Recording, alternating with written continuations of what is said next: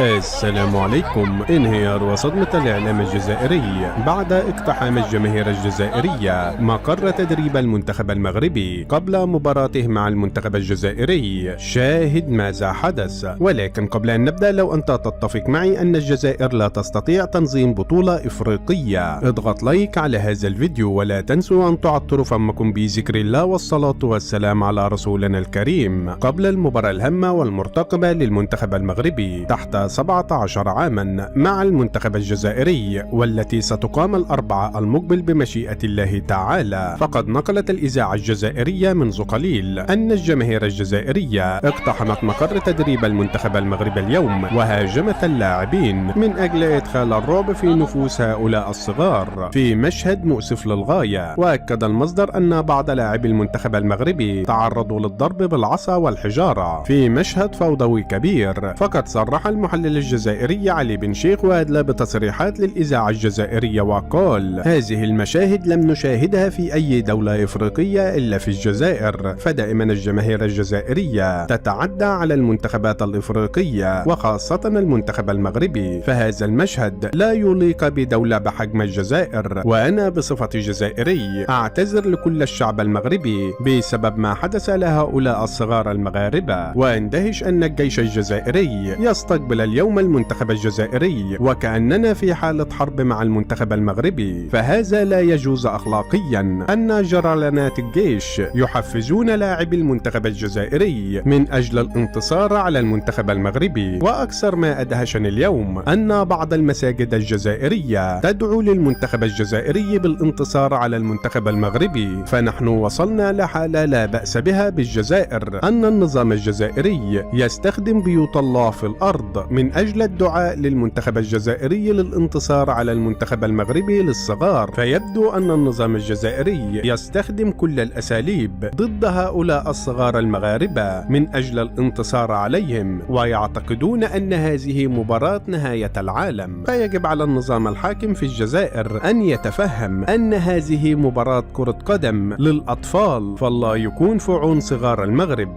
بعد هذه المشاهد المؤسفة. وفي النهاية عزيزي المشاهد، ما رأيك فيما فعلته السلطات الجزائرية اتجاه المنتخب المغربي؟ شاركونا بآرائكم في قناة التعليقات، ولا تنسوا الإعجاب بهذا الفيديو والاشتراك في القناة ليصلكم جديدنا.